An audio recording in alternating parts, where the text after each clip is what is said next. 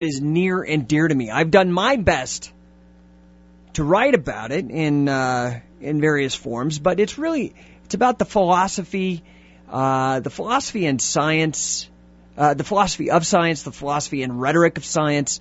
And today we've got a gentleman who is arguably perhaps the greatest science writer of our time. His name is Timothy Ferris. He will be with us shortly. Very excited to have him here. He has recently written a book called The Science of Liberty.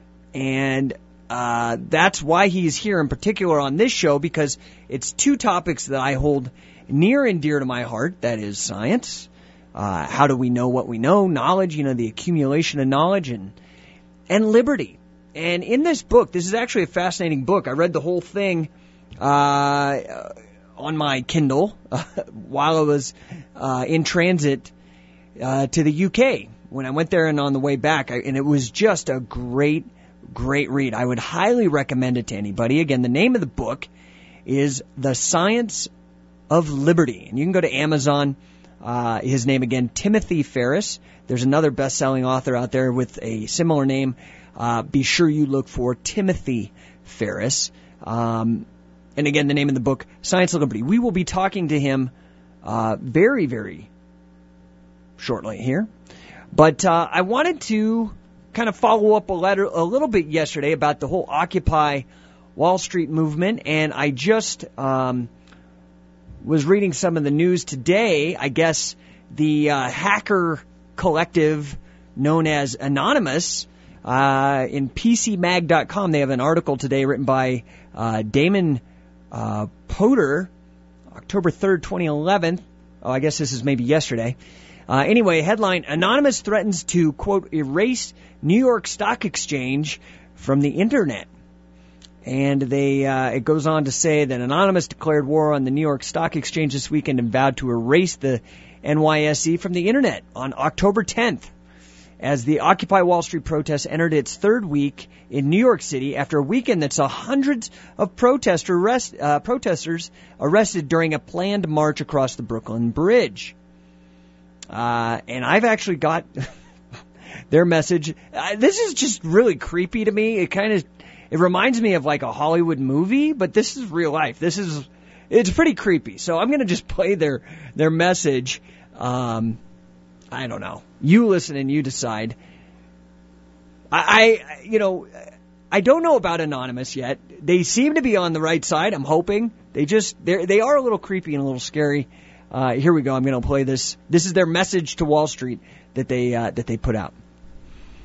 Again, this is from Anonymous, the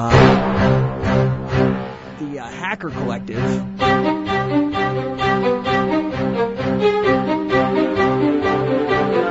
And this you can find actually on their YouTube page as well.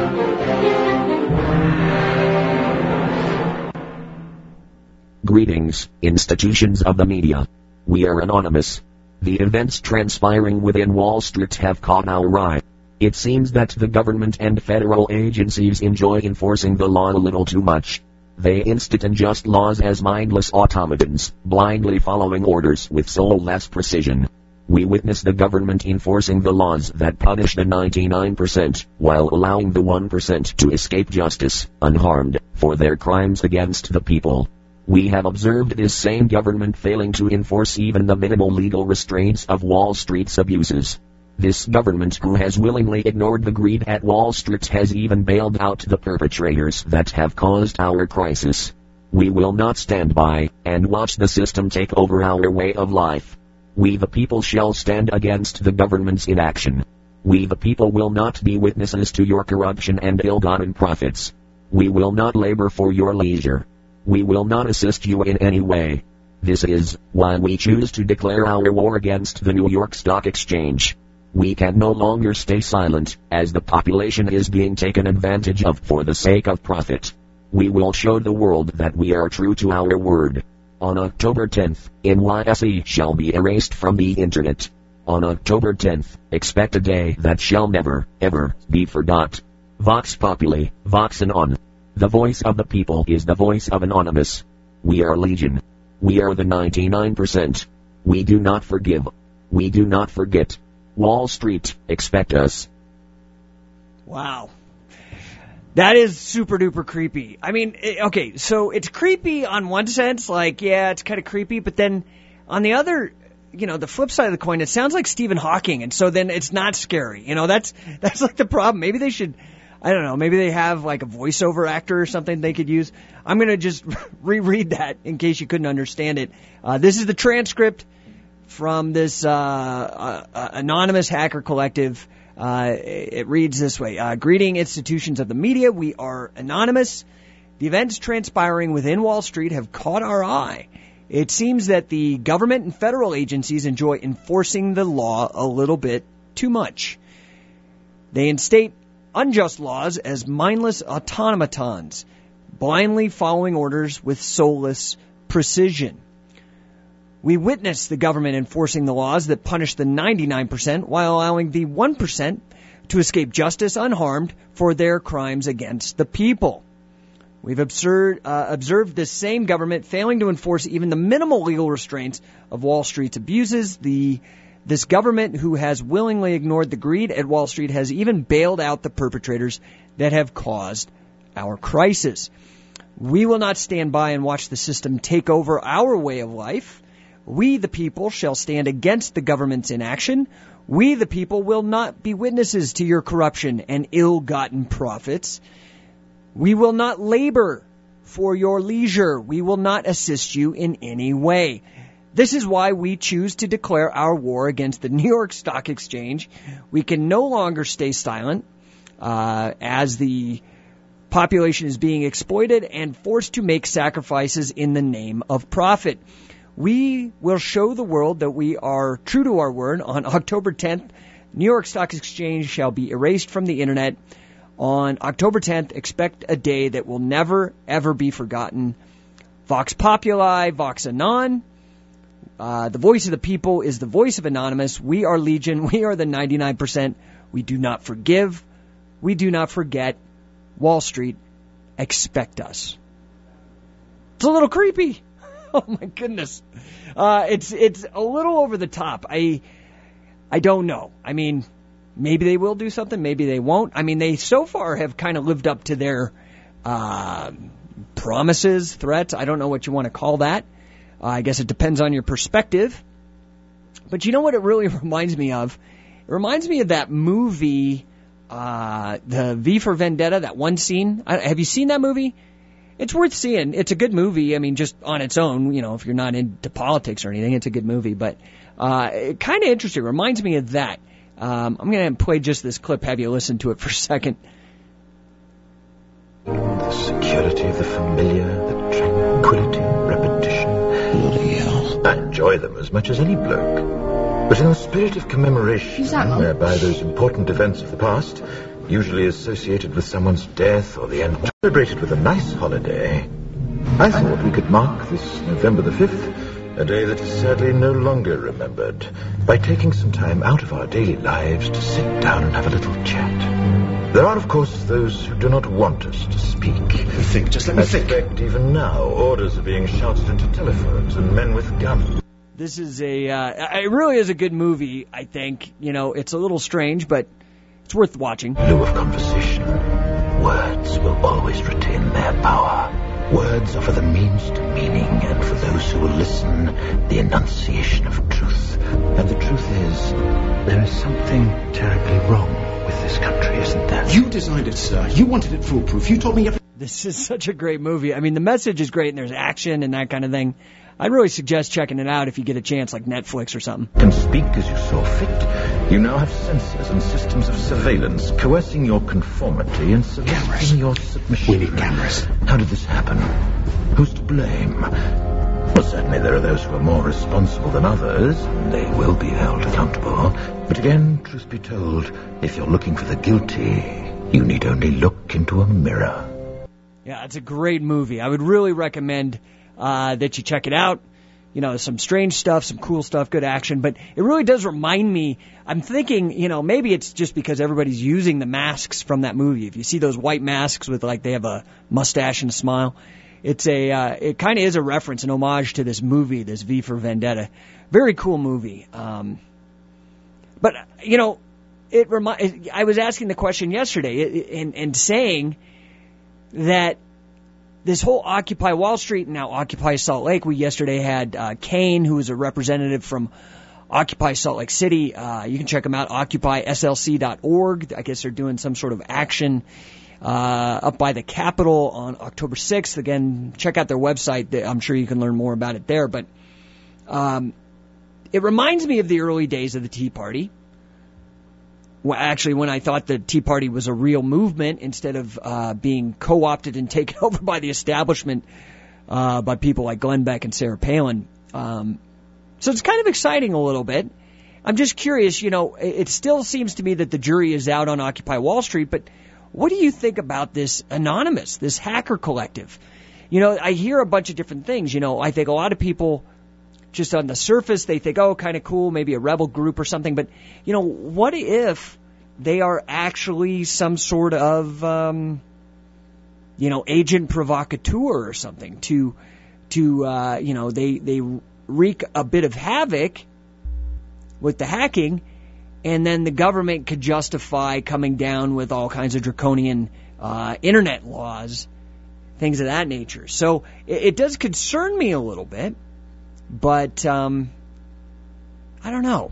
I'm hoping that they turn out to be the good guys. I hope that they aren't, you know, instigators or anything like that. And I hope they can affect change, because it does seem that those in power are just so entrenched that we are. I don't know. It just seems like we're having a hard time affecting real change. You know, I mean, people were sick to their stomachs, and that's what got Obama elected, right? His whole thing was one word: change. And meanwhile, things are the exact same. I mean, of course, we don't have a cowboy. We have an urbanite in the office. But, you know, tons of wars, further encroachments of the state. The economy is still a disaster. I don't know. If you want to tell me what you think, 801-254-5855. That's the number in Salt Lake County, and 801-670-5855. I think that's the Weber and North Davis number. Our other Utah County number, I think, is down right now. But give us a call. Let me know what you think. And coming back after the break, we're going to be talking with Timothy Ferris, author of Science and Liberty. Come on back. K-Talk, the voice of Utah.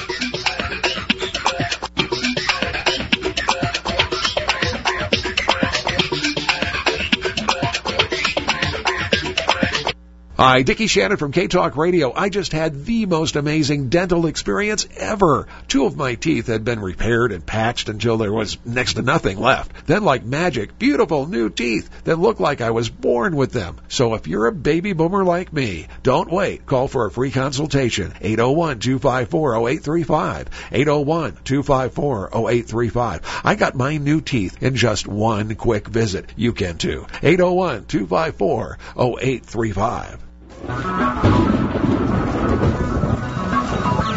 Natural disasters are occurring all over the United States and the world. Every day, someone is caught unprepared for these events that affect their lives. Hi, my name is Brandon Alders. Together with my brother Ethan, we will be holding an emergency preparedness fair for our Eagle Scout projects. Join us Saturday, October 8th from 10 a.m. to 12 noon at the Alpine Country Club Church House, located at 5212 West Country Club Drive in Highland, Utah. This emergency preparedness fair will cover food preparations, storage, and safety. These will be taught by professionals from Food Storage Chef and Safety Shield. This is a free event that will help you and your family become better prepared, both at home and on the go. We are also accepting food bank donations at the K-Talk Studios and at the door of the event. That's Saturday, October 8th from 10 a.m. to 12 noon at 5212 West Country Club Drive in Highland. Buckwild Mechanical Bulls here, and we want to give your party some kick.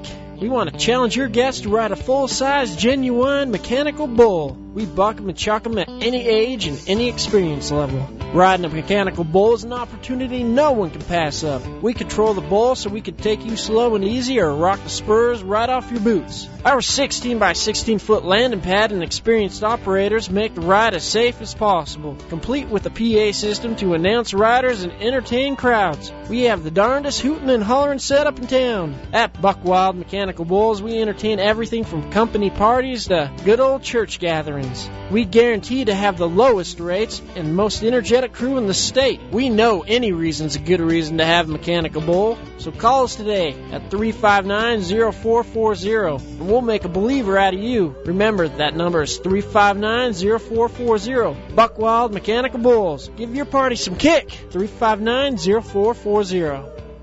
9,997. No. Suppose Thomas Edison had given up. 9,998. But his failures only led him to the next idea. 9,999. Picture Times Square, dim. Las Vegas, dark. Your home, black. Picture no electric light. 10,000. Come on. Optimism. Pass it on. From the Foundation for a Better Life at values.com. Friends of the Constitution, let us not contribute to all the complaining of government representatives taking place today. It is a certain proclamation of the people's lack of control over government. Instead, let us use our energy to return and build upon the original, inspired Constitution, where there is a great control over our government. Download your free copy of Government Based on the Original United States Constitution at k-talk.com. That's k-talk.com. The Voice of Utah. AM 630 K-Talk. K-Talk.com. Number one for the most live, local, two-way talk. Talk to each other and talk. All right, Mental Self-Defense Radio. I'm your host, Jake Shannon. I am thrilled to have our next guest. For those of you who are fans of the show, who listen to this show because of the great guests I get, this is one of the guys, for me, again, look, I'm sorry, you may or may not have heard of him, but for me, this is a big treat. I always love speaking to very smart people, in particular people that are fascinated with subjects that fascinate me. And our guest is a gentleman by the name of Timothy Ferris. He's written a dozen books, over a dozen, I think now. The one that really got me excited is his most recent one. It's called The Science of Liberty. And so without further ado, let me bring Mr. Ferris on the line. Are you with us, sir? Hi, Jake. How are you? I'm doing super duper. Thank you so much for coming on the show today. My pleasure. You know, this book is fascinating. I'm a huge fan of liberty, and I'm a huge fan of the philosophy of science, the rhetoric of science. You really did incredible research. What was it that drew you to this? Because, I know a lot of your other books were, seem to do, they're more specific about science and not so much the politics. What was it that made you really address this in depth in Science of Liberty? Well, as you say, Jake, I've been interested in science since an early age. I got a telescope at age 12 and been stargazing ever since. And I was struck by the fact that so much of politics is not based on fact, but rather on opinions. In other words, political opinions often seem to be simply based on other people's opinions, often the opinions that one acquired in childhood. And that was adequate perhaps when we knew relatively few facts about the way the world works and the way economies work and about history and such. But a great deal has been learned since the rise of science some 3 centuries ago. And it's really, it seemed to me odd that something as important as politics would have so little of a factual basis. So I spent 15 years researching the relationship between science and politics, and the book, The Science of Liberty, was a result of that work. Yeah, it's really fascinating because for those people who are interested in either subject, it's really interesting to see how what we call classical liberalism, not this modern progressive liberalism or whatever, but that classical liberalism traveled along a parallel path or maybe even on the very same train track as the development of science that has brought us such wonderful things, such conveniences and leisure that we experience today. You know, science, the discovery of science really changed the world because science is a reliable way to ascertain facts, and we just didn't have that before. So it's been very, very healthy for the world in even the most basic terms. I mean, science has saved the lives of over 1 billion people now. It's increased the median income of all of humanity by a factor of 10 in just 2 centuries. And the important thing about science is that it's a method. It's not a belief system. It's a method for finding facts. And liberal democracy, which, as you say, is democracy that incorporates classical liberalism, was a remarkable experiment. When the first constitutional democracy was established here in the United States back in the 18th century, it was very rare to find an intellectual who believed that it would be possible for people to actually run their own governments, to elect their own leaders. The default position of intellectuals for centuries had been that the great mass of people were just too ignorant or incapable to be trusted with such power. So liberal democracy was itself an experiment. Thomas Jefferson and many of the other founders used to use that word, experiment, to describe it. They were aware that there was a major chance that this wouldn't work. But not only did it work, it turned out that liberal democracy is the most stable form of government. In a way, I mean, liberal democracies are always frustrating in the short term. Things always seem like a mess, the same way scientific laboratories are chaotic and difficult and full of failure. But in the long run, they do better than any other political system ever devised. Now, I do think it's important to clarify some terms because, especially in politics, I mean, it happens less so, I guess, in science, but it still happens there, too, is we experience trope. That is, words change, people use them figuratively, and then the new exaggerated term becomes used, and then the old meaning drops. And so I think the term liberal today, people don't understand this is one thing that I'm curious if your general reader who read your book would really understand unless they got in depth into it, and you do a great job of delineating the difference between a classical liberal and a modern liberal or a progressive. And I was hoping maybe you could kind of explain that to our listeners, because this is one thing that I was curious about as well, and maybe you can wrap this into your answer. How come you didn't use the word libertarian anywhere in there? Because it seems to me that the modern classical liberal is what we in modern parlance call a libertarian. Well, I do mention libertarianism in the book, but and I had some discussions with the folks at the Cato Institute about this. Many of them are libertarians. That to me, libertarianism is the dogmatic form of liberalism. Liberalism's a method. It's an experimental method.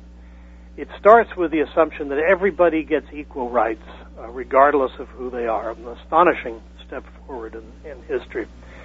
And since that step was taken, we have had both conservatives and progressives who are liberals by this, what I believe to be the proper definition. And we've also had both progressives and conservatives who are not liberals. Anyone who favors, one kind of person over another, or who scapegoats a whole class of people or blames them for the problems of the country, is being illiberal to that extent. So libertarianism is not a synonym for liberalism. My preference would be to simply use the word liberalism as it traditionally has been employed. About 70% of the American population are classical liberals. That is, they feel that everybody deserves a fair shake and everyone deserves equal treatment under the law and so forth. And some of those 70% are more progressives, and some of them are more conservative. Yeah, you raised some great things, and I guess I'll have to look deeper because I didn't see the actual mentions of libertarianism. Maybe that's towards the end of the book or something, but I did like the fact that you raised these issues with progressivism and their approach to science, which kind of expressed itself in eugenics.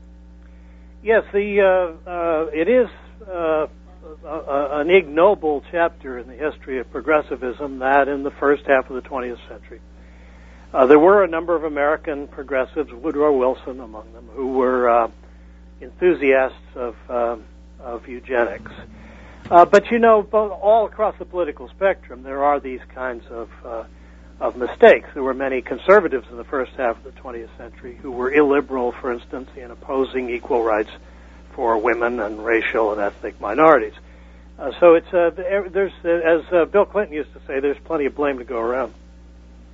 Yeah, and what I like, too, is that, and again, you have to pardon my use of the term libertarian because I'm just speaking to a broader audience that I think just in general understands classical liberalism as these ideas of, decentralization of power and bringing power back to the people as an individualist kind of philosophy.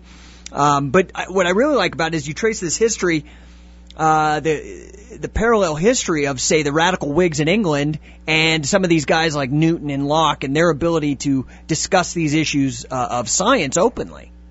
Yeah, it's interesting that Isaac Newton, the greatest scientist of his time or any other time, and John Locke, the founder of liberal democracy, the philosophy, were close friends. Locke was one of the few close friends that Newton had, and that's, I think, helps to illustrate the interaction between what's best in our political philosophy in this country and science. And I might say, that there are deniers of science, again, both in the conservative and progressive camps.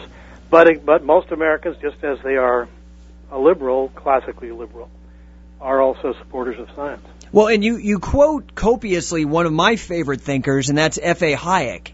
And I think that a lot of his approach to kind of an agnosticism with regards to knowledge, to things that you don't know, that you have a respect for that's really one of the hallmarks of being a liberal in the classical original meaning of the term. That agnosticism is. Yeah, that agnosticism, with regards to epistemology or the theory of knowledge. Yes, it's there's a lot. Just to step back a moment, one of the great difficulties of ideology. I was just putting together a talk I'm going to give at Berkeley about this tomorrow. One of the really, I think, discouraging things about ideology is the readiness that people demonstrate to avoid reading or otherwise learning about facts that they've been warned against by their ideological group.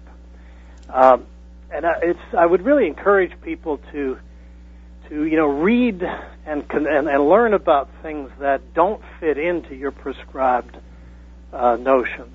And to give you one example of democracy as an experimental method, the Austrian School of Economics argues that minimal regulation and small government works best for economies.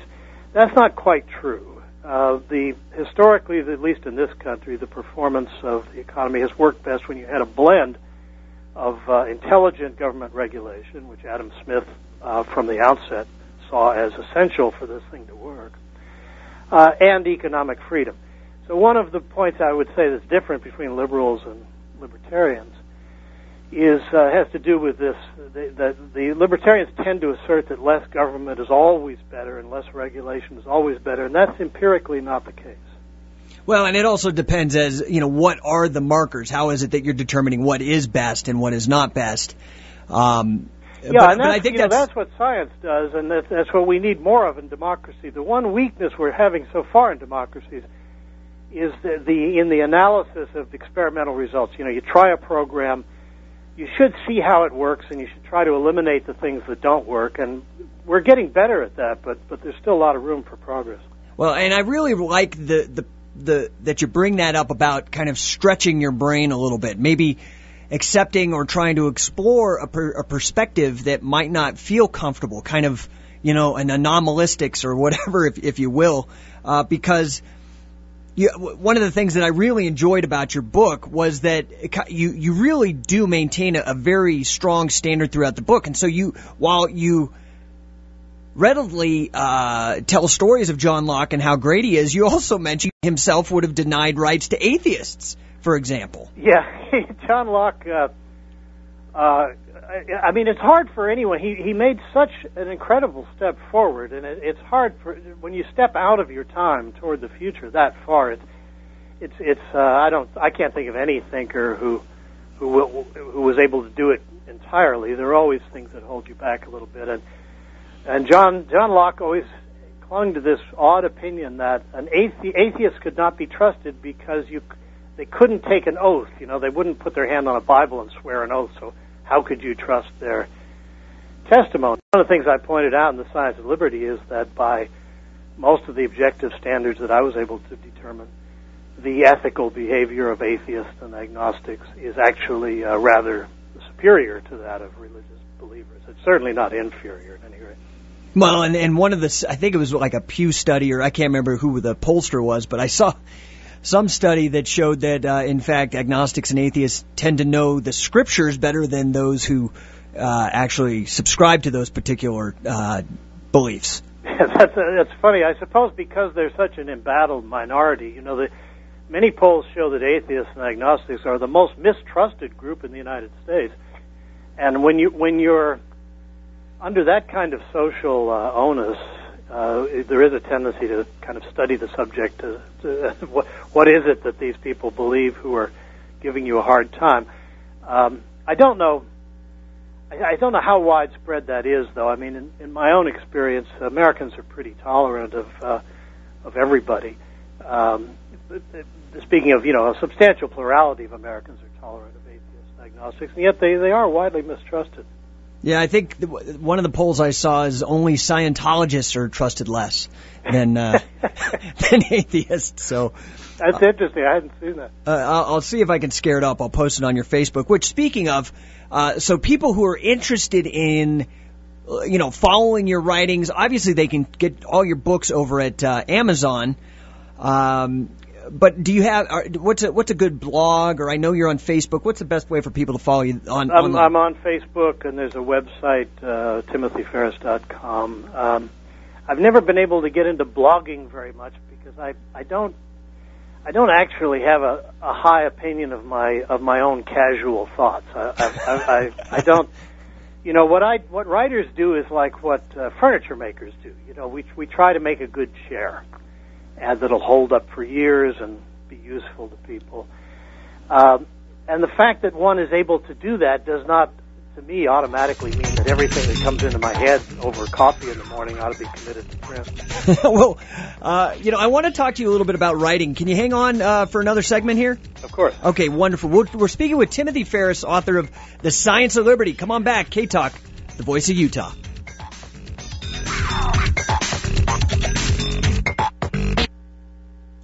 Let's be real. Smoking sucks. It's a nasty, expensive, unattractive, and thoroughly unhealthy habit. There's the acrid smell in your clothes and on your breath. Yuck. Not to mention the increased health risk that cigarette smoke presents to those nearest and dearest to you. Call Salt Lake City Family Hypnosis now for your free consultation to learn how you can quit today. 801-738-5390. That's Salt Lake City Family Hypnosis, 801-738-5390. Tune in on Sundays at 4 p.m. to learn the latest cutting-edge science of health with your hosts Hugo Rodier, MD, and Gary Olson, DC, on the Integrative Health Show sponsored by Pioneer Comprehensive Medical Clinic in Draper. Our country is suffering from poor health due to nutritional, environmental, and stress problems. Learn how to address these problems and not rely on symptomatic treatments that often have too many side effects. The Integrative Health Show, Sundays at 4 p.m. on K-Talk AM 630.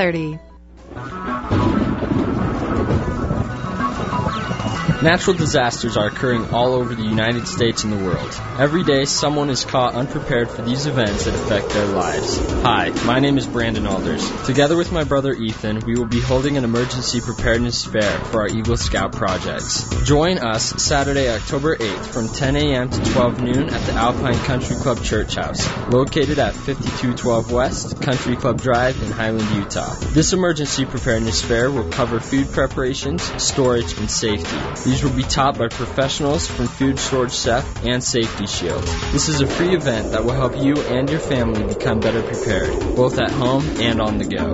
We are also accepting food bank donations at the K-Talk Studios and at the door of the event. That's Saturday, October 8th from 10 a.m. to 12 noon at 5212 West Country Club Drive in Highland. The voice of Utah. AM 630 K-Talk. K-Talk.com. Number one for the most live, local, two-way talk. Ricky, don't lose that number. You don't want to call nobody else. All right, Mental Self-Defense Radio. I'm your host, Jake Shannon. I am thrilled to be speaking to a best-selling author and a guy who thinks very deeply about subjects that I'm passionate about. I love talking to people who are smarter than me about subjects that I am just like a nerd for. So we've got on the line with us Timothy Ferris. Are you still with us, sir? I am, Jake. How are you? I'm doing great. And we've been talking about science and liberty, but I wanted to talk a little bit about your career. You're a very interesting guy. And you know, speaking of online, there's another best-selling author. I'm sure you know all about it. Tim Ferriss. Completely different guy. He's kind of a self-help guru for Gen Xers or something like that, right? That's my understanding, yes. I think he lives out, I'm in San Francisco, I think he lives out in this area, but we haven't met. He has an extra S on the end of his name, and one advantage of being confused with him is that he's a young man, he's very physically fit, so the internet is now full of pictures of him with no shirt on with my name underneath, so that's sort of a pleasant surprise.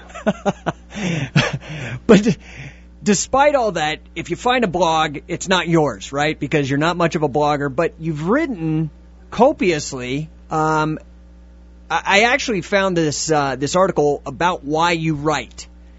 And that's a new post just from last week. Yeah, I really liked it because I'm a writer. I'm just kind of starting. It's a bestseller on Amazon, so I know that's not really saying a whole lot yet, but I wrote a book on the history of wrestling, some obscure subject, and I really liked your approach. You opened it up that you write in part to learn, and that's something that I really have found as well. But I'm just looking at the bottom end of this, the About the Author blurb at the bottom of the article. I mean, you've really had an incredible career. I mean, Christian Science Monitor has called you the best popular science writer in the English language. Washington Post has said that you're the best science writer of this generation. And you've... I've been very fortunate. You've been nominated for Pulitzer Prizes. You've gotten the Guggenheim Fellowship. I mean, this is no small task. But the thing that was... I don't know. How in the heck did you get involved with the Voyager? Well, I might just say that I'm a beneficiary of many of the excellent institutions we have in this country. I was educated entirely in public schools in Florida, and went on to university. And following school, I went to New York, where I worked as a journalist, and I became interested in Carl Sagan's writings and the subject of extraterrestrial life, and I interviewed Carl for Rolling Stone magazine. I was the New York bureau chief of Rolling Stone at that time, and we became friends. Carl used to stay at my place in New York when he was in town, and we talked about a lot of things. And at one point, he came up with this idea of putting a record instead of a plaque, which he and Frank Drake had hit on this notion. Because you can put a lot more information in the grooves of an analog record, and it'll last a long time. And since these two Voyager spacecraft are going to drift endlessly in interstellar space, they're on the edge of the solar system now, The idea was to make some record of human culture, music and photos and such, that will last a billion years. And so Carl asked me to produce the record, and we put a team together, and we're able to do that project, which I quite like. I think it's a good record, although strangely it's not released in the world, so you can't go buy a copy, but there are 2 copies on their way out of the solar system. Whether that's a success for a record or a failure, I'm not quite sure. That's a pretty funny story. And then, additionally, you're also a documentary filmmaker, too.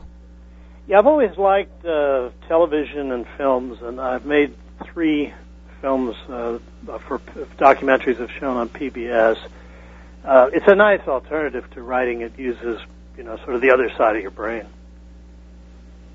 Now, and these all have kind of been about, orbiting about these kind of Carl Sagan-ish subjects, though, about outer space, about extraterrestrials. What is Seeing in the Dark? What's that about? Seeing in the Dark's about stargazing. It's about to me, endlessly exciting fact that, you don't have to, it sort of illustrates that in science you don't have to take anyone's word for it. That's the motto of the Royal Society in London, in Latin, is take no one's word for it. You go out and find the actual facts. So you don't have to take an astronomer's word for it, for instance, that the Andromeda galaxy exists and that it's out there 2 million light years from our galaxy. You can go out in your backyard with a pair of binoculars tonight, and you can see it in the eastern sky. In fact, you can see, the great majority of everything that exists, stretching out hundreds of millions of light years, just with a small telescope in the backyard. And some of the folks who've been doing this, these amateur astronomers, have made real contributions to science in recent years. And so I wrote a book and made a film about that phenomenon. Yeah, and these are all, again, they all premiered in prime time right on PBS, too. I mean, it's, so you've made a lot of contributions across a broad spectrum of different media, and it is strange that, so it's not even on the internet, the recordings that were sent with your spacecraft? No, I think there are some folks that have tried to piece together parts of it, but I think the difficulty that has prevented the Voyager record from ever having a proper commercial release is that there's so many sources of just the music, for instance, and not to mention the photos. They come from so many different places that just to obtain clearance for all that stuff is problematical. It was easier to clear permissions for just 2 records that you're going to hurl out of the solar system. We were able to do that in just a day or 2. Because of copyright or patent or anything like that, right? Yeah, if I were seeking clearance, to fling 1 copy of your new book out of the solar system, that I don't think you'd worry about that having a negative commercial impact on me.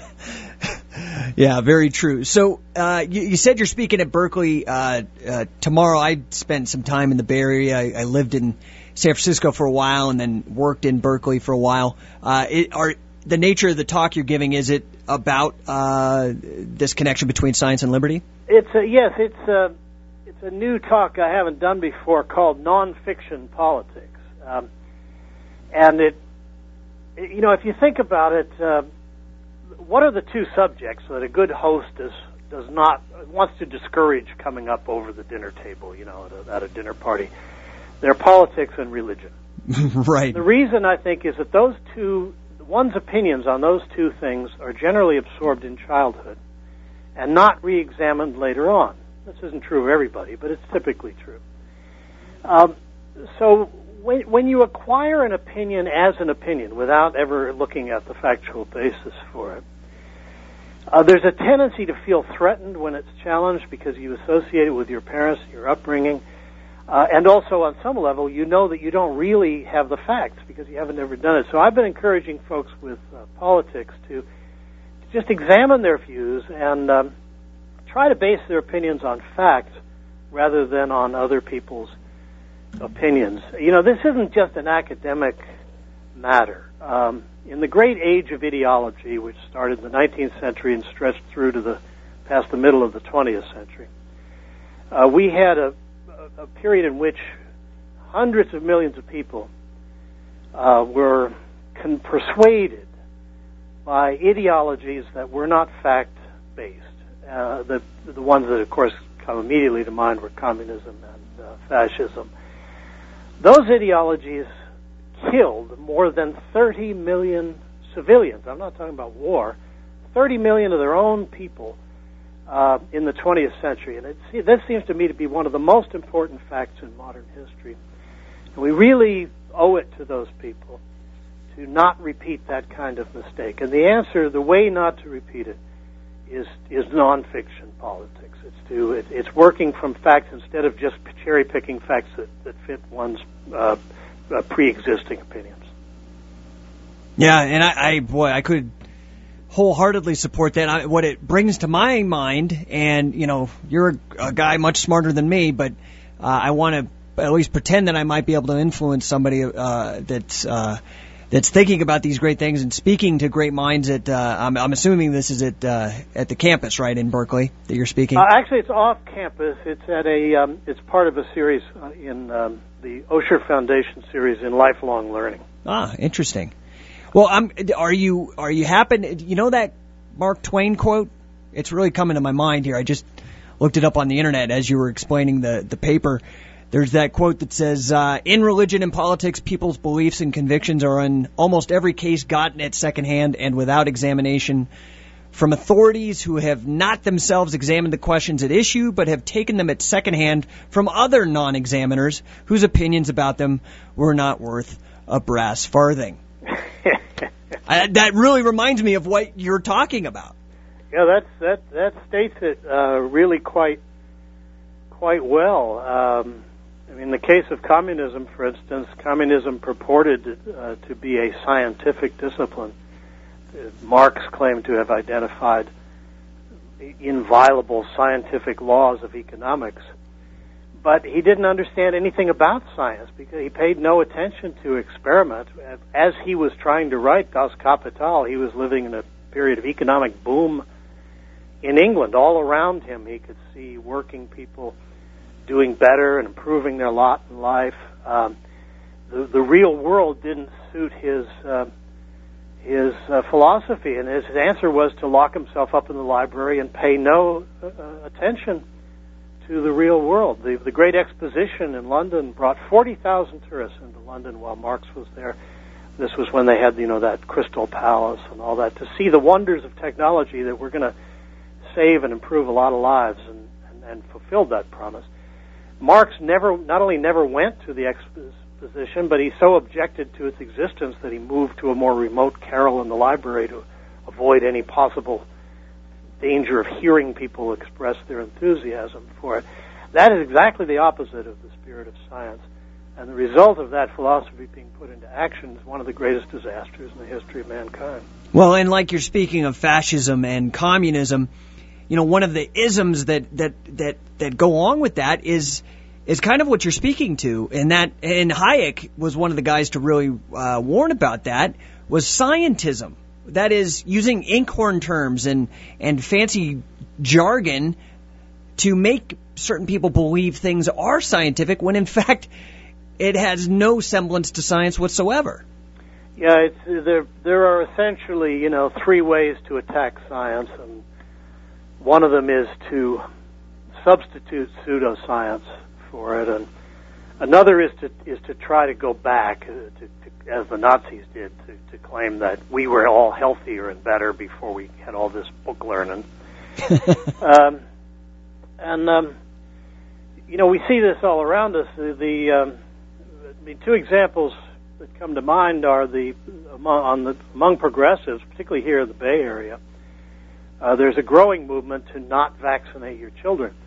We're coming very close to facing a public health crisis here in the Bay Area because of the widespread and erroneous belief that vaccinations cause autism or other problems in children. And on the right, you have global warming denial, for which there is no scientific basis whatever. So we're wasting a lot of time on global warming because So many folks would, given a choice between a pre-existing opinion and scientific fact, would rather cling to the opinion.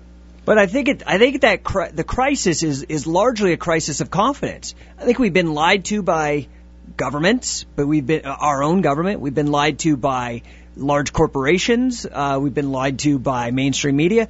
And I think a lot of people, they may not have the toolkit by which to judge these kind of issues, and they're just doing the best they can, given the fact that, like I look at, Big Pharma in connection to, some of these drugs that they push during the nightly news, but then the news is, a little timid to attack, the advertiser. I was in news media for many years, and I never encountered an instance of that. I suppose it does happen, but it's not necessary to base this on trust and being lied to. There are plenty of objective facts out there. One doesn't have to fret about whether a particular politician said something that didn't turn out to be factually accurate. Most people will do that if they have to speak every day in public. Well, hey, Mr. Ferris, we're bumping up against our big commercial break. I won't take any more of your time. I'm just thrilled that you came on the show. Good luck at your speech tomorrow, and I hope everybody reads The Science of Liberty. Thank you, Jake. Pleasure talking with you. Okay, have a great day. You too. Bye-bye. Come on back after the break, guys. And Abraham Lincoln was no loser. Persistence. Pass it on. From the Foundation for a Better Life at values.com. Friends of the Constitution, since we have altered our Constitution, we have all but lost the greatest checks and balances any citizens of government could ask for. The power to oversee and hold at bay every civil officer throughout the government, and the power to oversee and control the purse strings on every government program throughout our nation. Let us now restore our Constitution to the blessing of every American. Download your free copy of Government Based on the Original United States Constitution at k-talk.com. That's k-talk.com. Hey, this is Dan, the laptop man from PC Laptops. It's here, the new 2012 Titan. It's powered by the incredible Intel Core i7 processor. The 2012 Titan comes with the very best warranty on the planet, the PC Laptop's lifetime parts and labor warranty. That means your computer is covered forever. Your hard drive, your RAM, your keyboard, your processor. Everything is warranted forever. Isn't that amazing? No one else does that. And to make it extra sweet and affordable, you can get it for less than $60 a month. Plus, we're doing 0 down, 0 interest financing for a year. OAC. Isn't that sweet? Have an old computer and we'll buy it from you and transfer all your stuff over for free. So get into any one of our PC Laptops locations right now or call us at 1-877-596-SAVE or check us out at PCLaptops.com. That's PCLaptops.com. PC Laptops, we love you. You're listening to Utah's first #1 talk station. K-Talk, AM 630, KTKK, Sandy, Salt Lake City. The whole truth, and nothing but the truth.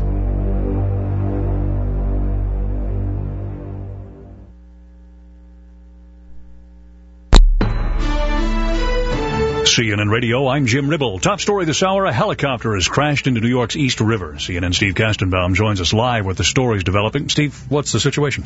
Well, Jim, the chopper went down in the East River near a heliport at 34th Street. We watched live video of several people being pulled out of the water, which is a cool 68 degrees today. The Coast Guard said a rescue of 3 people was underway. The New York Fire Department said 2 people were seriously injured and brought to shore. It's not yet clear how many were on board the helicopter, where it was heading, or why it crashed. Right now, there are many police and fire department boats in the water at the crash site. Still very much an ongoing scene. Jim? New Jersey Republican Governor Chris Christie says he's not running for president next year. He says he got a lot of pressure to run. However, now is not my time.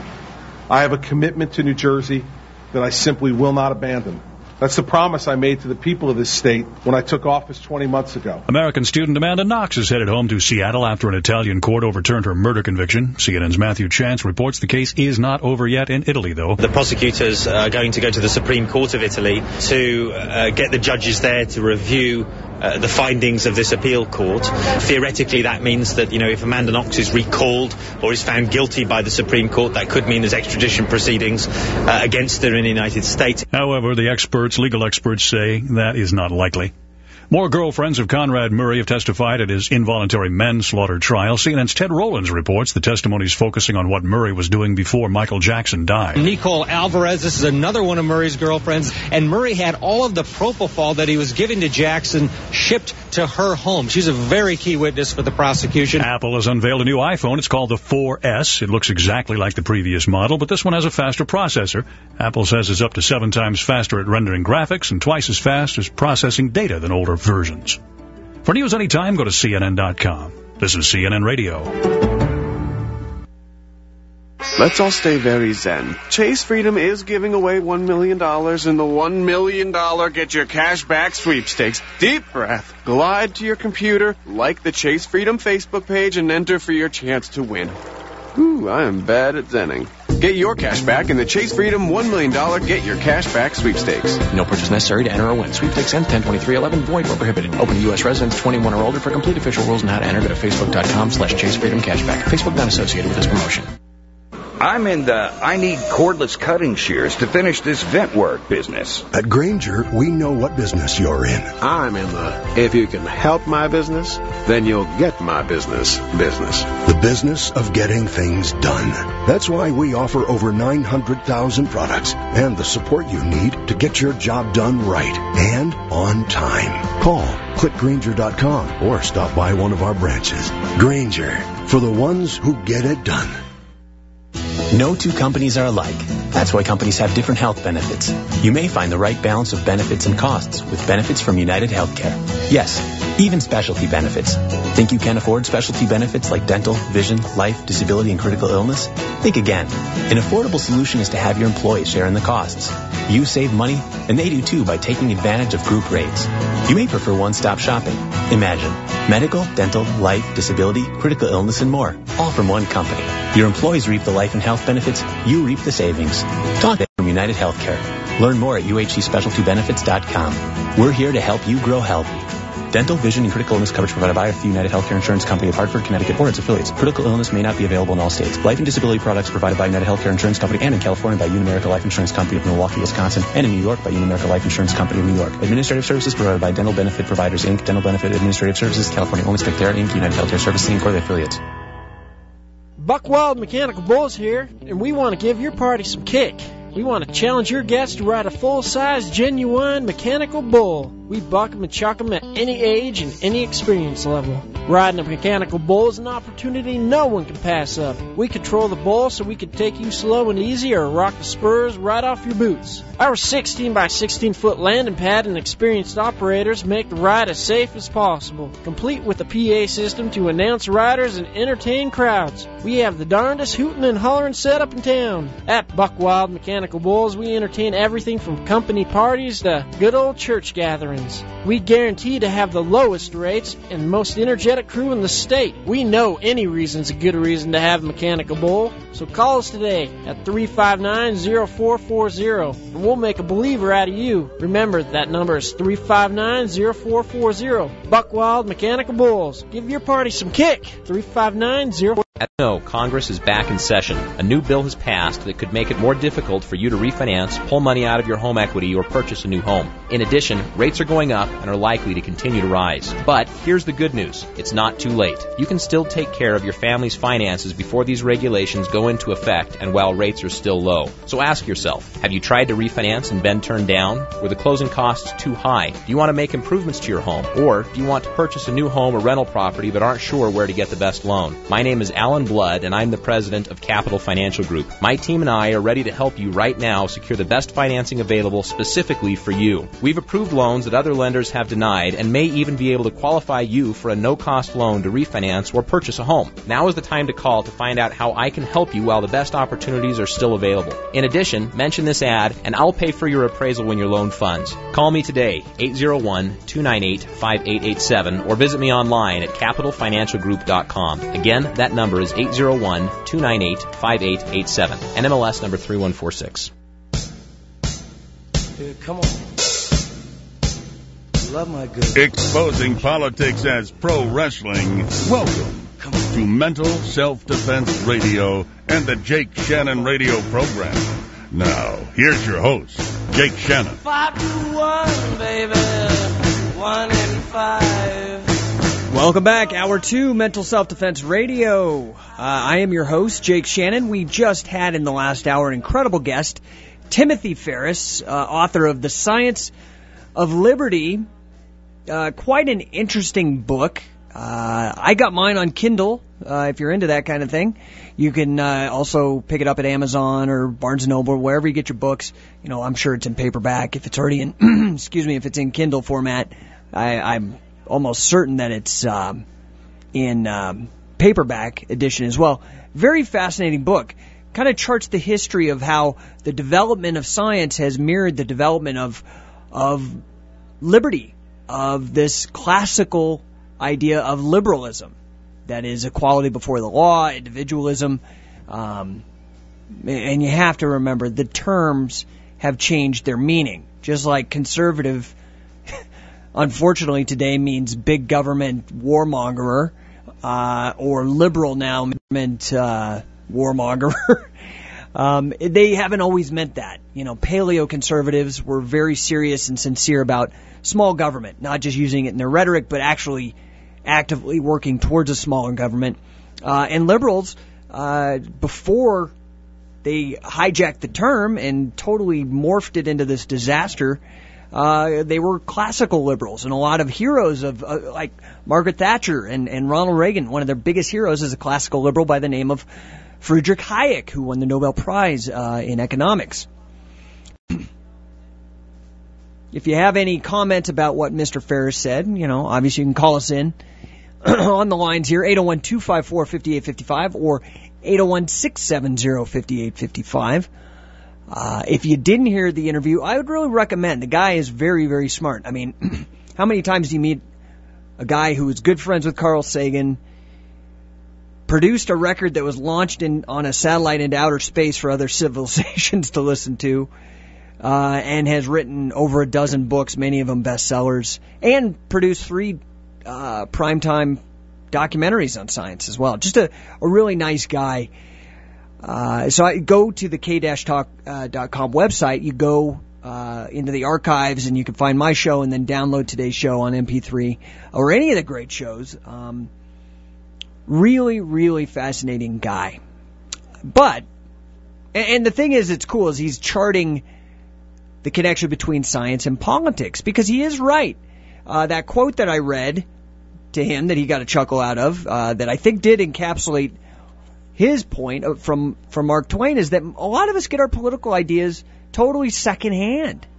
We don't really know what's going on. We act on emotion. And that could be bad, like in the case of communism. Communism under Stalin killed millions of people. It was awful. And so, you know, he's just asking for an appeal to more of a detached, or, you know, really evaluating your own political position instead of just being pigeonholed into Democrat-Republican nonsense. What do you really believe? You know, one of the best explanations that I've ever heard, actually was from another radio host out in L.A., Adam Carolla.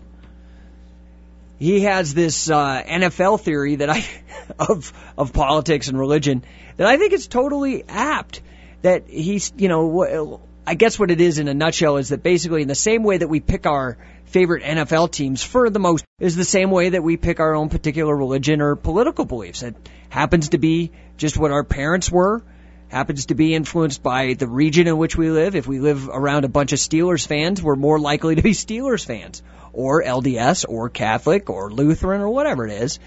And that we look at these things, both politics and religion, we root for them in the same way we root for these silly NFL games.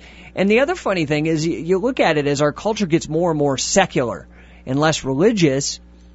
Well, that NFL analogy really is apt, because now everybody gets together on Sunday, not necessarily to go to church, but to meet for the game. That's the big social gathering instead of going to church. So anyway, you know, I think it is very, very important for us to evaluate and look at what are our beliefs, not the beliefs of somebody else who might be charismatic or somebody else who it's just been the tradition. What is the real right approach to it for you.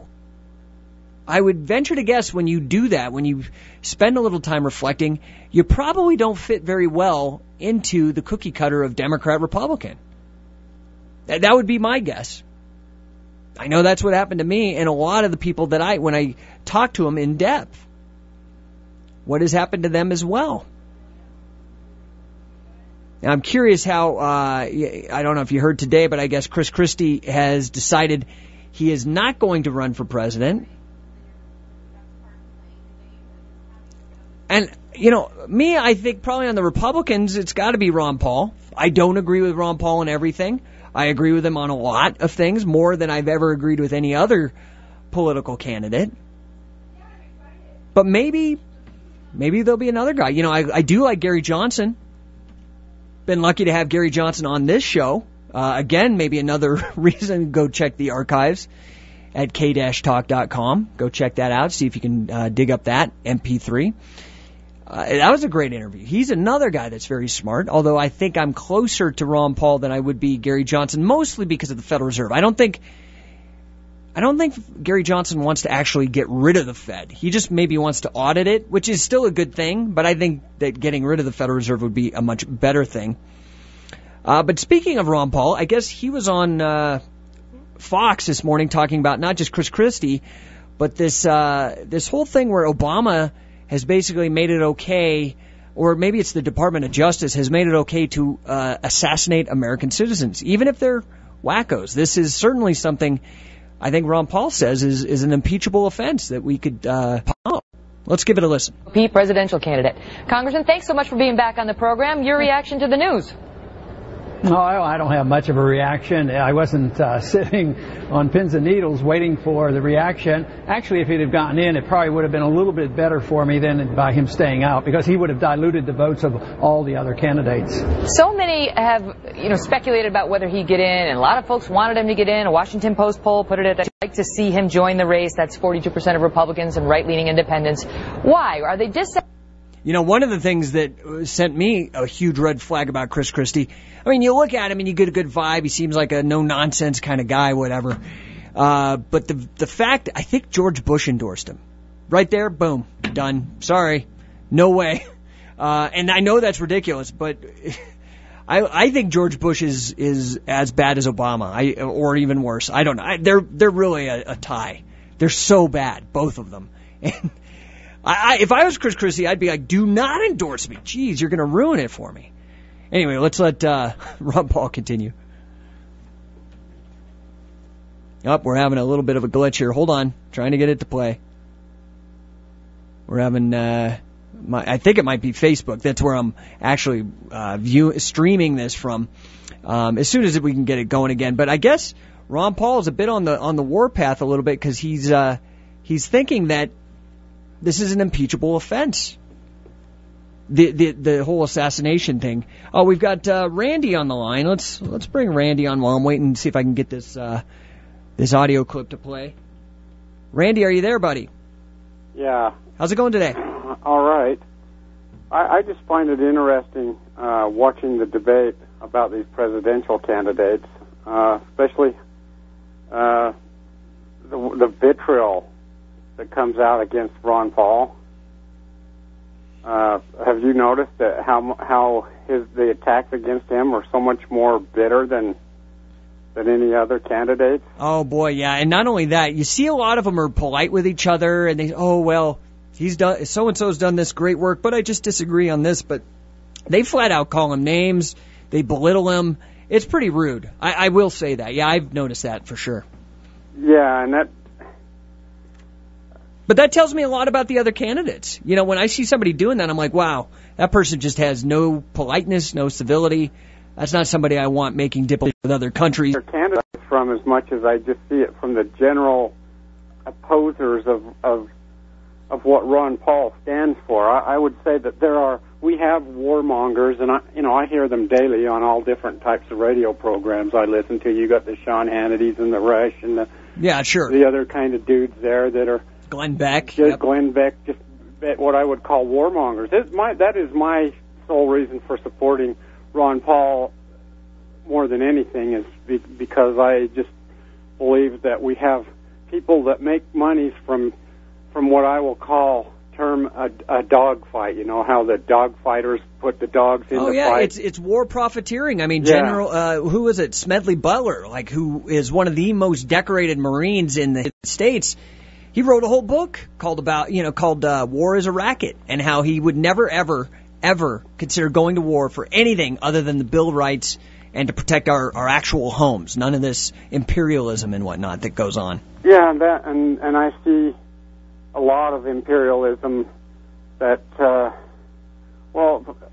frankly, I see imperialism that's benefiting Israel in the Middle East, because that's the only, I'm not trying to pick on that country, but I just look at the facts and I say, who's benefiting from all of this war over there? You've got people benefiting from what you call the war profiteering, but politically, it's getting rid of enemies, and they shouldn't be having those enemies, but I don't know how my son has anything to do with that. Well, and that's a big question, right? Funny, too, is how we've had a shift in the way that war has been waged. We used to practice what was called a just war theory, and they even did this back in the Revolutionary War, where you only fought the other people's soldiers. You didn't fight women and children and all that kind of stuff. You didn't bomb entire villages of innocent people or entire cities, and evaporate them. You just fought the other guy's army. Yeah, well, we're sitting here decrying this terrorists and stuff, and some of the tactics that they use. Well, yeah, we're using the same tactics. I don't think that a missile hailing down on somebody's house is too selective, And I've been reading stuff that says that they can't prove that any of these guys are who they say they are that have been killed, and the facts need to come out. It needs Randy, to go. This is what scares me, is this kind of willy-nilly willingness to just kill and whatnot. Like now that we can just kill American citizens. I know this guy was somehow a radical and talking anti-American stuff, but that's part of being American, is you should be able to criticize your government or whatever. And I guess this guy was assassinated even though he's an American citizen. That is against the Constitution. And, like I said, the only one I really hear speaking loudly about it is Ron Paul saying that's where the vile and vitriol that I'm talking about is coming from as of the last 2 or 3 days. Some of these, other programs where it's just outright vitriol against him because he's favoring the terrorists, and they've got things so polarized that they can't sort out what's right and wrong and get down to the facts. I mean, here's a guy that goes and dines in the Pentagon, and you don't go in there unless there's a reason for it. And I'm with you. Hey, Randy, listen. That these guys are like.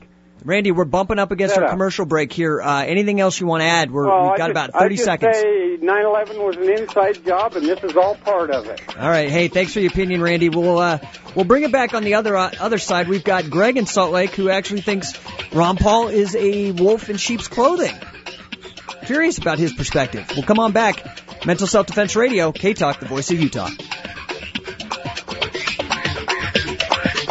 Tune in on Sundays at 4 p.m. to learn the latest cutting-edge science of health with your hosts Hugo Rodier, MD, and Gary Olson, DC, on the Integrative Health Show, sponsored by Pioneer Comprehensive Medical Clinic in Draper. Our country is suffering from poor health due to nutritional, environmental, and stress problems.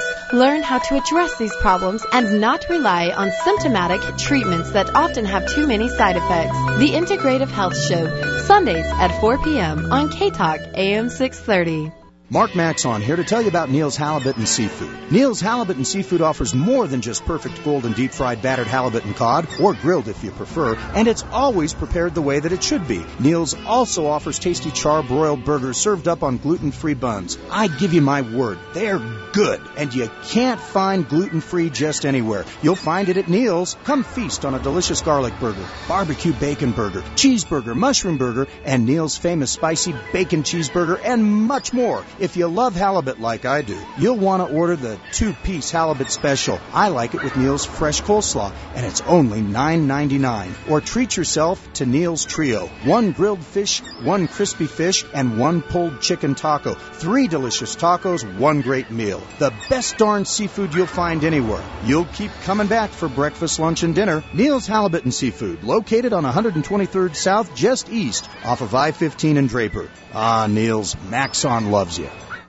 63% of Americans are overweight. If you've decided it's time to leave your flat behind, HitFit Weight Loss is for you. HitFit changes habits. Lose the bad habits, lose the weight. HitFit is guaranteed to make your weight loss successful and has absolutely no health risks. HitFit students are not required to count calories, weigh portions, or buy specialty food. Start losing weight immediately. Call 801-635-4488. HitFit is conveniently located at Salt Lake City Family Hypnosis. Ask about our Guaranteed to Stop Smoking program. 801-635-4488. Tune in each afternoon at 3:30 p.m. for Drive Time Live, the Mills Crenshaw Show. Brought to you by the Eye Institute of Utah, that boasts a professional and experienced team of clinical, surgical, and office administrative staff so advanced that the eye doctors come from all over the U.S. to study their methods. The Voice of Utah. AM 630 K-Talk. K-Talk.com. Number 1 for the most live, local, two-way talk. Hello, it's me. I've thought about us for a long, long time. All right, Mental Self-Defense Radio. We are back. I'm your host, Jake Shannon. And I got to say, it was great to hear Mills there. I am so thrilled to be a part of this station because I am sandwiched between two of the great shows. We've got Buy Back America Radio before me. I mean, he had Spratt, or is it Pratt, the guy from Gun Owners of America, which is the real advocacy group if you're a Second Amendment fan, had him on today. And then after my show, stay tuned, 3:30, Mills today is going to have Jim DeBacchus, who is the chair of the Democratic Party of Utah. I've debated Jim. Jim is a nice guy, completely wrong on pretty much everything, but it'll be great to have him on taking your calls. So tune in to Mills, and then tomorrow Mills is going to have Mark Shurtleff, the Attorney General. So again, K-Talk really is the place to be. Now, before the break, we were talking about Ron Paul. We were talking about some people like him, some people don't like him. But we got a caller here who actually is raising an interesting point that I want to have heard. I haven't heard this perspective maybe, but let's give it a try. Greg in Salt Lake, welcome to the show. Yeah, first off, I want to understood that I do not dislike Mr. Paul, okay? Oh, okay, well, I just see that you, my producer just said that you put, that you think he might be a wolf in sheep's clothing. I'm just curious. Yes, he might be, and I'm glad you said it might. And I'll tell you why, et cetera, et cetera. But he is a very personable guy. And I met him in 1988 here in Salt Lake. I was invited to a luncheon where he was, spoke to about 15 to 20 of us, and just a real great guy. And that was in 88. This was this associated with his run for the Libertarian Party presidential nod? I don't think he was running the year that I met him. I'm not sure about that, but I don't think he was running that year. It's just he made friends with State Senator Bill Barton, who was a friend of mine. He came to Salt Lake out of the request from Bill Barton, and Bill, who's a personal friend of mine, invited me to come down to lunch. Okay, so tell me what your theory or why there might be a problem. I don't know if you understand the Masonic order of things, but if you do, you understand there are certain handshakes and so on and so forth that they pass back and forth. Yeah, based on the various, to communicate which degree they are of a Mason. Well, and who they are. Yeah. Because, they don't like to act as though they're speaking for the organization, etc. But I've seen pictures of him in a Masonic handshake. Now, hey, granted, he could have been jerking those people around on the other side. Or, I mean, the guy is like 75 or 77. He could have arthritis and his hands just don't move any other way. Hey, that may be his bottom line. But the other thing about Ron that I don't necessarily agree with is that he's all for doing away with the Federal Reserve, but he doesn't talk about how's he going to restructure it. See, the founders, when the founders put the thing in the Constitution in place in 1787, they made provisions where they provided that there would be a central money thing, and that was stolen away again by the Federal Reserve. Yeah, the Treasury was supposed to be in charge of things in terms of coining money, and it was written in the Constitution that it should maintain a certain value. Yeah. But, here's the thing. You got to think about it like this, Greg. It's always ironic to me that you see President Andrew Jackson's face on a Central Reserve note. It seems to me like the ultimate insult, given the fact that he hated central banking so much. Hey, and that's, again, I don't think he's not seen in his true light in history. He got this false front.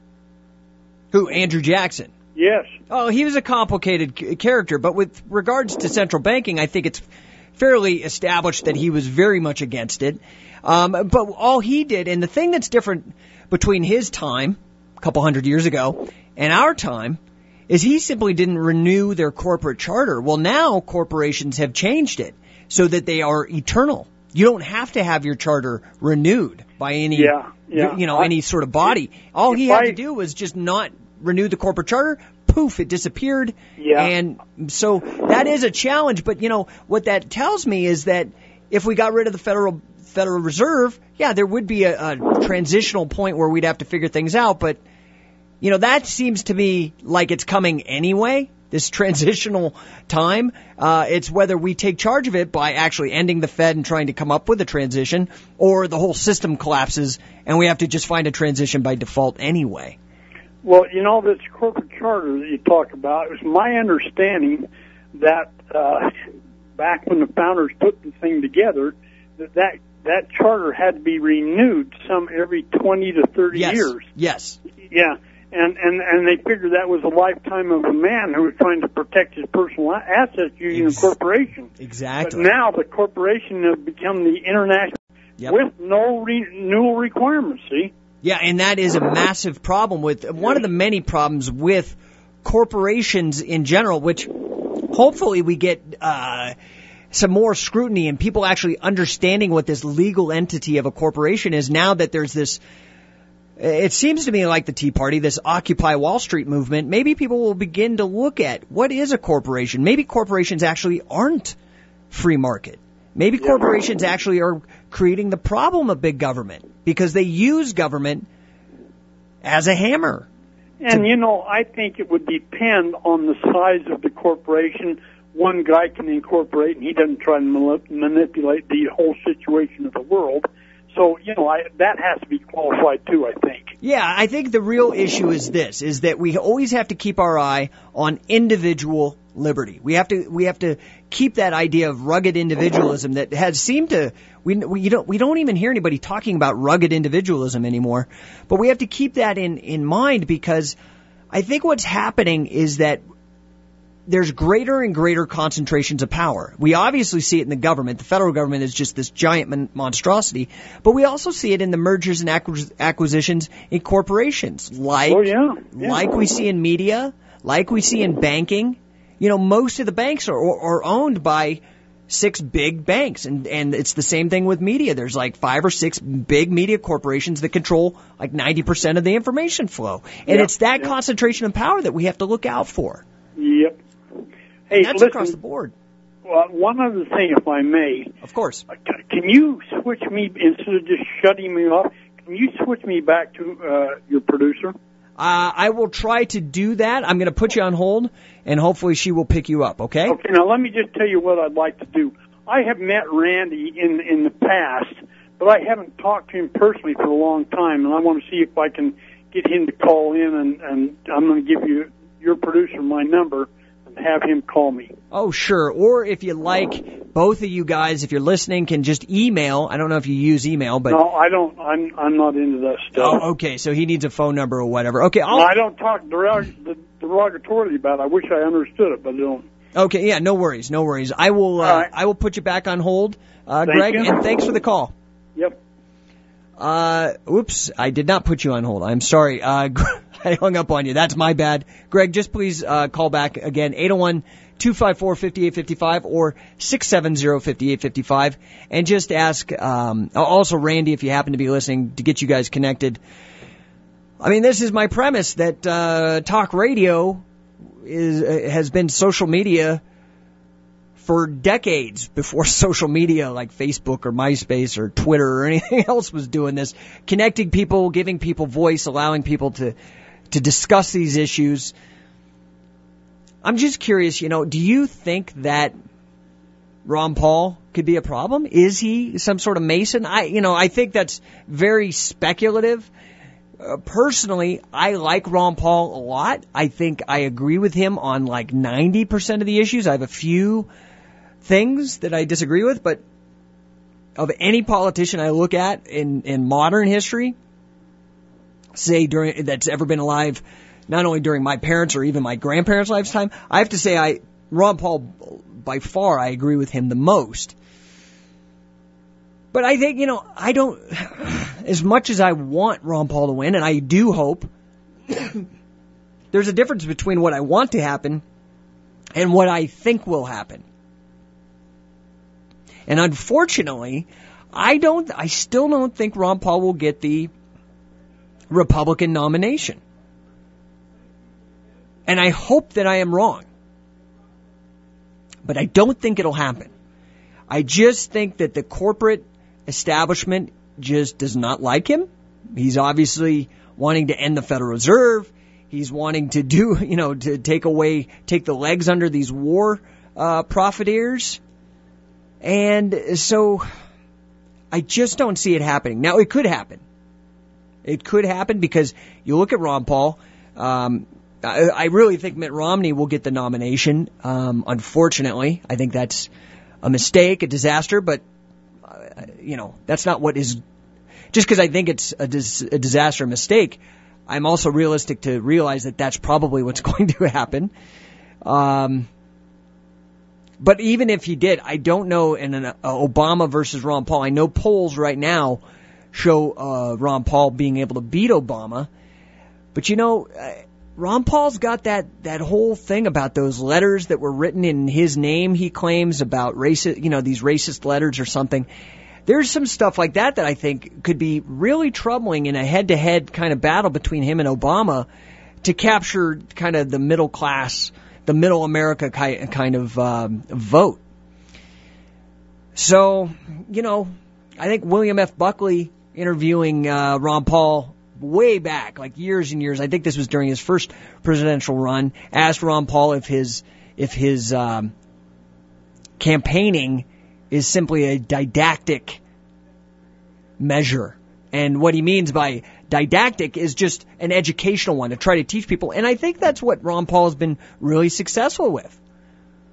Look at it. Now he is electable. Don't get me wrong. He's like a 10 or 12 term congressman. So he's certainly electable. He knows what he's doing with regards to that. He knows the law. He knows the Constitution inside and out. That said, 2008, despite his incredible popularity, he didn't win the nomination. He didn't, win the presidency. But before 2008, you never heard anybody talking about the Constitution, let alone during a presidential debate. And lo and behold, here comes Ron Paul. And now the Constitution at least is central to the debate on policy now. People understand that better. So while he may not have won that battle, Ron Paul is really winning the war of ideas, which is exciting. A real reverence for the Bill of Rights, for freedom of speech, for the Fourth Amendment, privacy rights. And I'm going to see if I can get this to play. Facebook's been having I don't know if you're on Facebook or anything like that, but I've been having problems with it. It's been pretty slow today. But let's see if I can get this to play. So, and our numbers keep going up. So, yes, I think the others where their supporters come and go, they should be concerned. But obviously, it has not been settled. We haven't had a primary yet, and that's a couple months off yet. It'll be January before we know. And we have to just, from our viewpoint, measure what we're doing and whether we're getting the support and the money that we raise. And so far, I think we're doing quite well. This latest Washington Post poll shows that you're in the 4th position. Romney's at number 1 with 25%. Perry and Kaine are basically tied for 2nd at 16%. And you're 3rd at 11%. So you're still in the double digits. And the Post report is about Perry's fall. He's fallen 13 points down to 16%. It's almost exactly the same number that Herman Cain has risen. What do you make of Perry's fall since he's entered this race? Well, I think it's just a matter of people getting to know about the candidate. There was a lot of fanfare when he entered it and a lot of enthusiasm, but they ask a lot of questions. They look at his record, and it didn't satisfy a lot of people, so they reassessed it, and I guess they've changed their minds. Now, you made news this week, sir, at a town hall yesterday where you... So I'm wondering what your perspectives are. You know, do you think Ron Paul is the right guy? Has he won you over? Well, this is the thing. Like, you know, there are a few guys. I think Dennis Kucinich is one of them. And it's interesting. You see them all in agreement, even though they seem to come from different angles politically. But, you know, Ralph Nader, Dennis Kucinich, Ron Paul, they're all in different kind of political parties and different ideologies, but they're agreeing on these basic things that I think is what our guest in the first hour touched on, and that is liberalism. Classical liberalism, not the modern big government liberalism, but small government liberalism. It's fascinating stuff. And, you know, Kucinich brought impeachment proceedings against Bush, and it sounds like Ron Paul is considering doing the same against Obama. Let's give this a listen here. Hopefully this picks up. Like I said, Facebook has been just crawling today. But in this same interview where they're talking about Chris Christie not running, the woman asked him about this whole thing with regards to, what's his name, Al-Awlaki or whatever. I mean, the guy is clearly a bonehead, but it is just against the Constitution to try to assassinate your own citizens. Regardless how crazy they are, you can incarcerate them, sure. Try them. Habeas corpus still exists, I think. But in this age of the war on terror, maybe it doesn't anymore.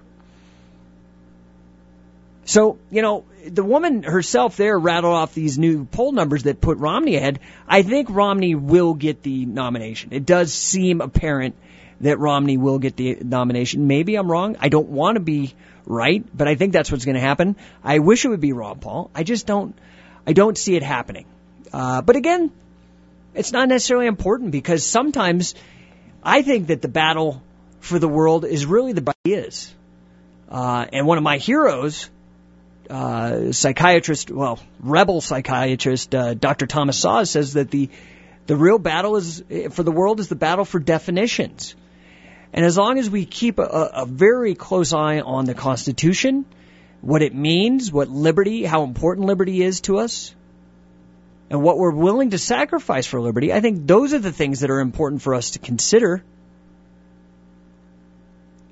But, again, you know, we're fighting this corporate machine. That's hopefully what these Occupy Wall Street protests will wake us up to. Come on back. Mental Self-Defense Radio. K-Talk, the voice of Utah. Brooke Ellison is a surprising person. When I was 11 years old, I was hit by a car, and no one expected me to live. She surprised people by living. I've been paralyzed from the neck down and on a ventilator since that time. And she surprised them by going to college. Tomorrow, I will graduate from Harvard. Brooke Ellison, determination. Pass it on. From the Foundation for a Better Life at Values.com. Friends of the Constitution. The founders never intended for the people to wait for elections to make change. They gave us the keys to control government continuously. We have surrendered those keys through and through congressional legislation, constitutional amendments, and party control. It truly was government by the people. Now, let us take back these keys to a perfectly controlled government. Download your free copy of Government Based on the Original United States Constitution at k-talk.com. That's k-talk.com. Natural disasters are occurring all over the United States and the world. Every day, someone is caught unprepared for these events that affect their lives. Hi, my name is Brandon Alders. Together with my brother Ethan, we will be holding an emergency preparedness fair for our Eagle Scout projects. Join us Saturday, October 8th from 10 a.m. to 12 noon at the Alpine Country Club Church House, located at 5212 West Country Club Drive in Highland, Utah. This emergency preparedness fair will cover food preparations, storage, and safety. These will be taught by professionals from Food Storage Chef and Safety Shield. This is a free event that will help you and your family become better prepared, both at home and on the go. We are also accepting food bank donations at the K-Talk Studios and at the door of the event. That's Saturday, October 8th from 10 a.m. to 12 noon at 5212 West Country Club Drive in Highland.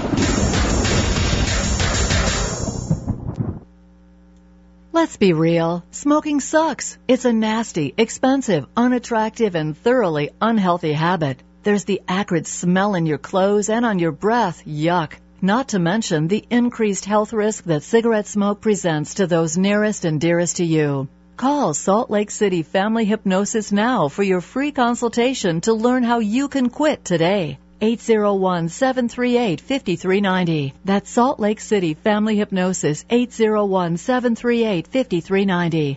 Only one Salt Lake restaurant is #1 for their award-winning halibut and chips. The same restaurant was even voted best chowder in Utah. It's Summer Hayes Halibut and Chips and Holiday. At Summer Hayes Halibut, we have seafood Louis salads, coconut shrimp and chips, fresh crab cakes, grilled salmon, calamari, and fresh-made crab bisque, plus burgers, turkey and chicken sandwiches, smoothies, and even fried Twinkies. See the entire menu at summerhayshalibut.com. Treat yourself to the fresh taste of the best Alaskan halibut in the heart of holiday across from Macy's. Summer Hayes Halibut and Chips. For lunch and dinner, Monday through Saturday, Salt Lake's best seafood, Summer Hayes Halibut and Chips. The voice of Utah. AM 630 K-Talk. K-Talk.com. #1 for the most live, local, two-way talk. Hello, I love you, won't you tell me your name? Hello, I love you, let me jump in. All right, welcome back. Mental Self-Defense Radio. I'm your host, Jake Shannon. Those numbers to call in, 801-254-5855 and 801-670-5855. We're talking a little bit about liberty. We're talking about science. And in the second hour, we've kind of drifted around to, Ron Paul. I'm a fan, yes, so I talk about him probably more than other people do, but, maybe that's just a little balance, because he is, as Jon Stewart calls him, the 13th floor, with regards to politics. People just ignore him and pretend he doesn't exist. But, he did say something very interesting the other day about impeaching Obama, and you'd think Republicans would be rallying behind this, but I guess not. I guess Republicans, too, like Obama, think it's okay to assassinate U.S. citizens. Sir, at a town hall yesterday where you suggested that President Obama, in connection with this, he basically took out this terrorist Anwar al-Awlaki, and you came out and said you believe it might have been an impeachable offense for him to order this guy's death. He's an American citizen, but he'd hooked up with al-Qaeda, and of course U.S. officials say that he was a terrorist plotter behind many plots on the homeland. Do you believe that that was an impeachable offense by our president? Well, it's interesting how the media brings out or creates their own news. I never brought up the subject as a casual. There was a question thrown out to me, and I answered it honestly. And they said, I floated the issue of possible impeachment. That's so far removed. Yes, I answered the question when I think seriously about it. The ramification of this is very, very serious. And I also said that almost all our presidents have committed unconstitutional offenses, in my lifetime. And some of them have been pretty bad. And I think, quite frankly, issuing the killing of an American citizen without any charges. Just remember Adolf Eichmann. How can you be any worse than Adolf Eichmann? And he wasn't arrested until 1962. Israel thought enough of the rule of law. They took him and put him into courts, and they tried him, and then they executed him. I like that respect for law that they, exemplified at that time. I don't know why we are incapable of doing that and emphasizing our Constitution. The Fifth Amendment is rather clear. You cannot take life without due process of law. What do you think? You probably think Obama should be impeached for any list of offenses. But what do you think on this one in particular? I'm curious. Again, numbers 801-254-5855 and 670-5855. We've got Art in Bountiful. Art, welcome to the show. Hi, I just have one question. Does anybody know who these Occupy Wall Street people are? They seem to be the anarchists, that trash Seattle and other places. Art, you're making me look bad, man. You weren't listening to the show yesterday, were you? No, I was up in Oregon yesterday. Oh, you were? Okay, well, then I'll give you a pass. Yesterday, actually, I had one of the organizers from Occupy SLC. I guess he's, I don't know, a franchise. I don't know what you call it there.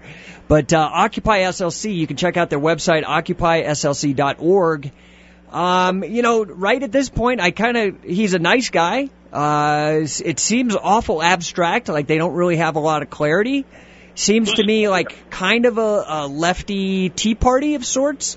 It seems that they have the same kind of problems. It reminds me of early days of the Tea Party when it was, remember when the Tea Party was and the IRS and the Fed, and then Glenn Beck and Sarah Palin get involved, and all of a sudden it's Bomb Iran and all this other nonsense. Well, that's what I'm getting now, is that Occupy Wall Street seems to be sincere.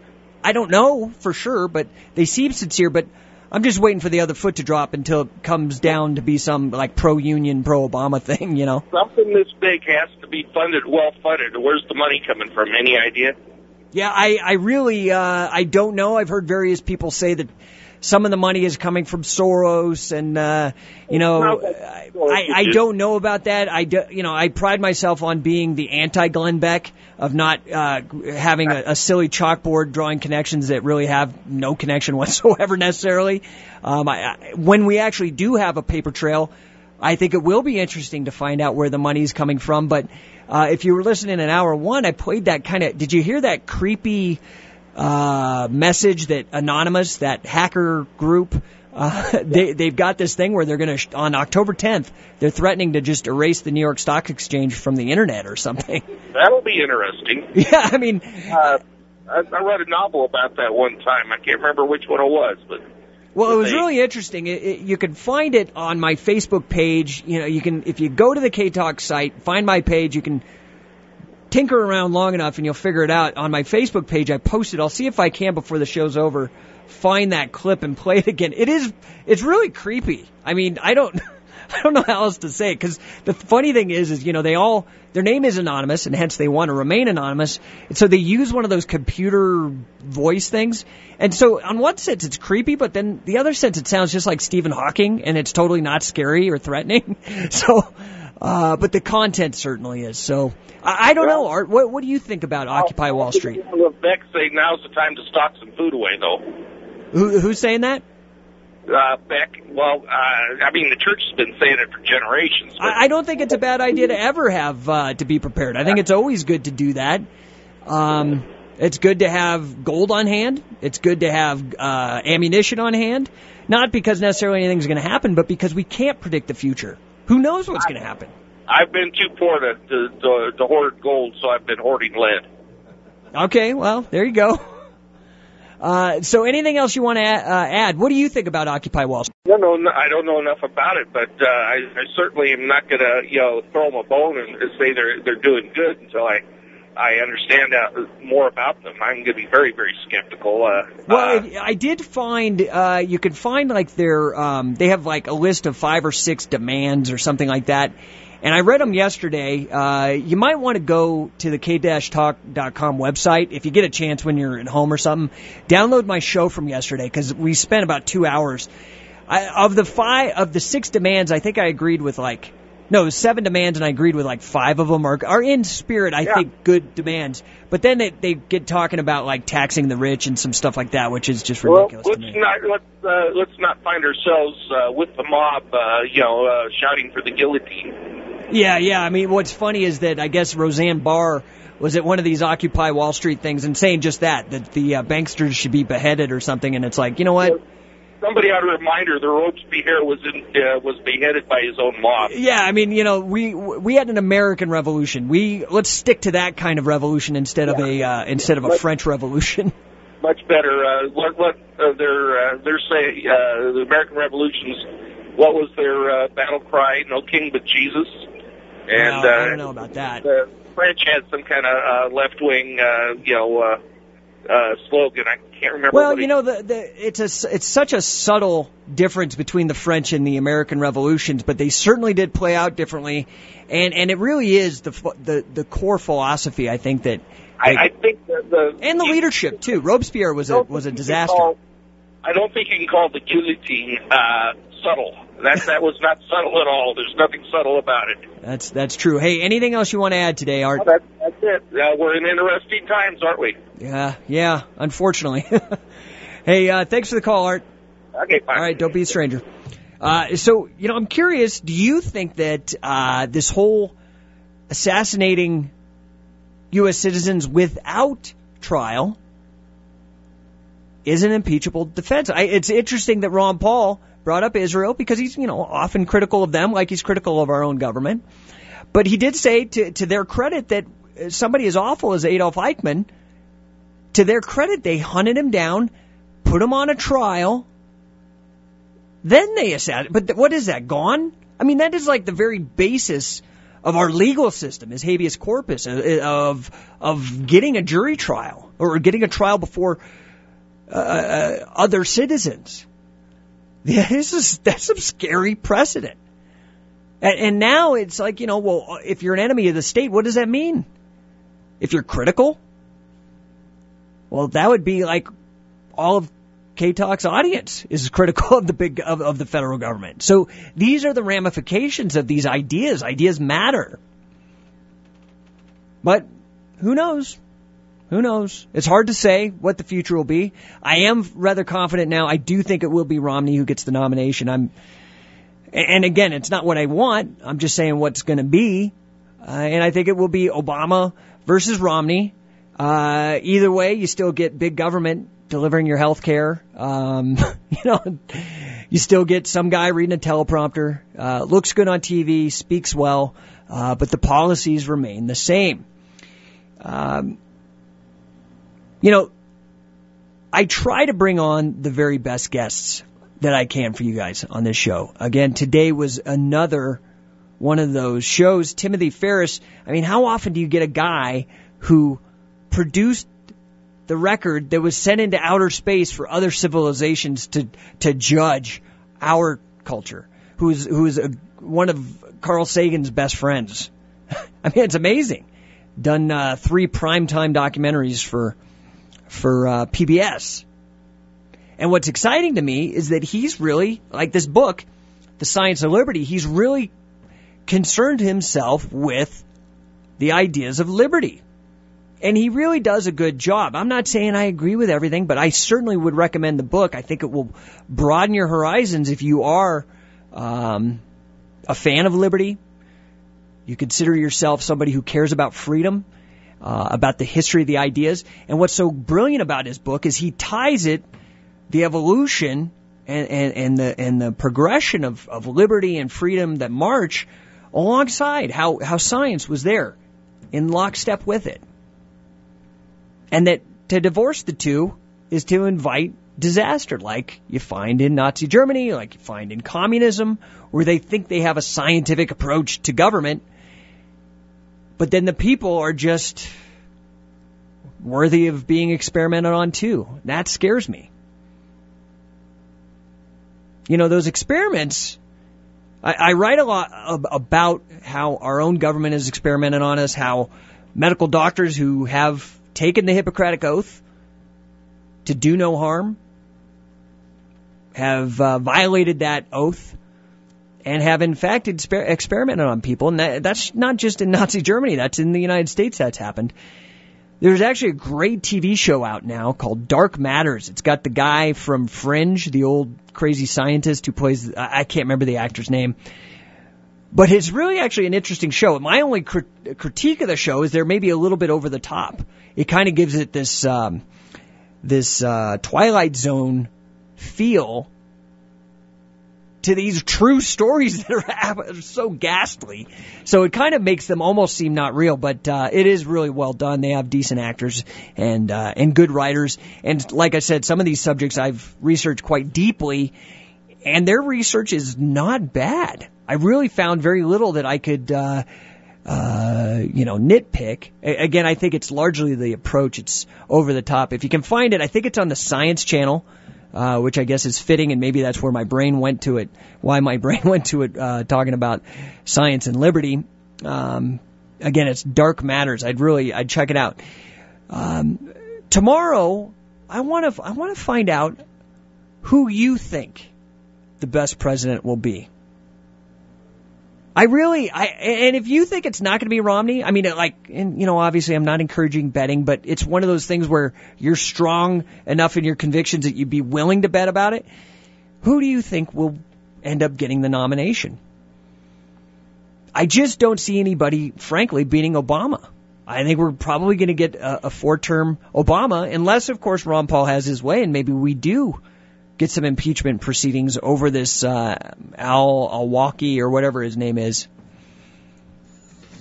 Well, as ever, come back tomorrow. We're going to have another great show. Stay tuned for Drive Time Live with Mills. He's going to have Jim DeBacchus, chairman of the Democratic Party of Utah. K-Talk, Voice of Utah.